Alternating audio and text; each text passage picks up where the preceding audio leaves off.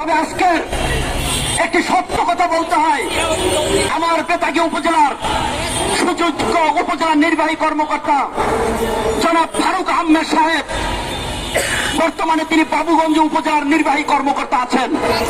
যদি বাবুগঞ্জ উপজেলার কোন শিক্ষক থেকে থাকেন, আমি বলবো একজন মানুষ পেয়েছে শুধু, যিনি নিজে আবেদন লিখে স্বাক্ষর করে চেয়ার এনে তার গাড়িতে করে আমার স্কুলে পাঠিয়ে দিয়েছেন। এই মানুষটার জন্য আমাদের দোয়া করা দরকার।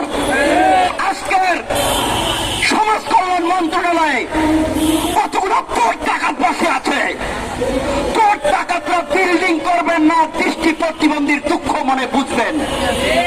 কোটি টাকাটা 10 তলা বাড়ি করবেন না, একজন বধির বাচ্চার কষ্ট বুঝবেন।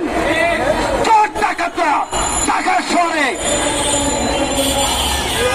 অভিজাত এলাকায় বড় বড় ফ্ল্যাট করবেন না, একটি বধির বাচ্চার কষ্ট বুঝবেন।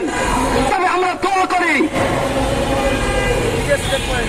ওনাদের ঘরে আল্লাহ তাআলা জানি বেশি না একজন দুজন প্রতিবন্ধী বাচ্চা আল্লাহ ওনাদের ঘরে দেয়। এই দোয়াটা করা যায় কিনা বলেন? আরে সচিব, আরে মন্ত্রী, তুমি কয় টাকা আয় করো? একটা প্রতিবন্ধী বাচ্চা যদি তোমার থাকে, তোমার কবরে গিয়েও তুমি শান্তি পাবে না। কষ্ট কাকে বলে? আমি এই বছর ঢাকাতে উত্তরা একটি বেসরকারি প্রতিষ্ঠানে প্রধান শিক্ষকের দায়িত্ব পালন করেছি। আমি প্রমোট বাংলাদেশ ফাউন্ডেশন নামে একটি প্রতিষ্ঠানের সমন্বয়কারীর দায়িত্ব পালন করি।